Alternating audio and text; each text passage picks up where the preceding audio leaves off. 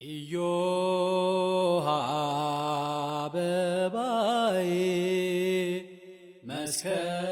መሰብሰብና አንድነት ወደ ምን ፈልገው ብሩህ ተስፋ ያደርሰናል። አበባዬ መስከረም ጠባዬ ሁላችንም ነገን ብሩህ ለማድረግ የራሳችን የሆነ ድርሻ አለን።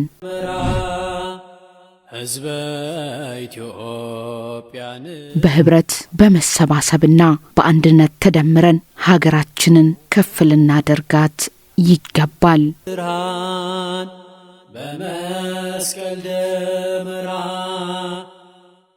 ሁሉም የራሱን ችቦ ይዞ ወጥቶ አንድ ላይ አሰባስቦ የጋራ ብርሃንን ማየት እንደሚችል የመስቀል ደመራ በቂ ማሳያችን ነው።